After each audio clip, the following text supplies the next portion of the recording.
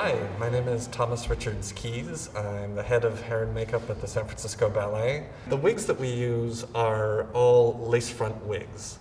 So that means that there's a fine mesh lace that disappears against the skin, and the hair is hand tied in. So they're all individually stitched on. It's almost a crochet stitch to put all of this hair into the wig. And so this material here is just a blocking ribbon, so it keeps it nice and flat. It also secures it so that we can go back and style it. But when this comes off and then fits, the lace actually, depending on where the cut is, but like this portion here will actually come fairly far down on the forehead. And we can even apply makeup right over it to blend it away. But it's already very delicate material that this gauge is a bit large, but on stage it completely vanishes.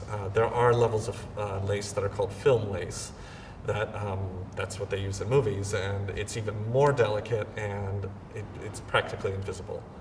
One of the looks that we had to do was the Juliet braid, and it's a shape that's pretty iconic as far as being a pair of braids that begin at the temples and come around to the back of the head. It's almost like a little crown. It helps to secure all the hair back, so their face stays free of hair and they can dance and move and roll. And one of the things that we did is we used extension pieces for our Juliet characters. And the thing is that that's not a reflection necessarily of the dancer's own hair. Rather, to have that principal character is to get that effect and that impact. Sometimes you have to exaggerate and accentuate the look. There's a really wonderful moment in the show with Lady Capulet where she has this very intense moment of grief when Tybalt dies.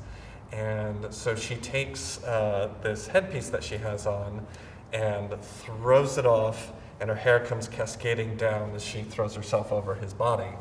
And that's a special challenge for me, and the hair side of things, is we actually have pieces that we add to the dancer's hair to give it more volume, more life, and make it more dramatic, maybe than just going with their natural hair.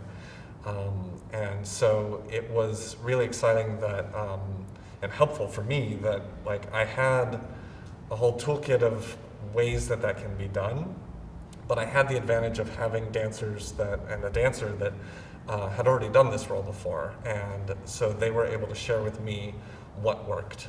And so we put that all together and then had this marvelous moment where she throws off the hat and the hair comes down and it's all crazy, but it looked fantastic. Ahead of time, I was moderately terrified, but I brought that in and then helped create that with the dancer. So it was really an exciting moment.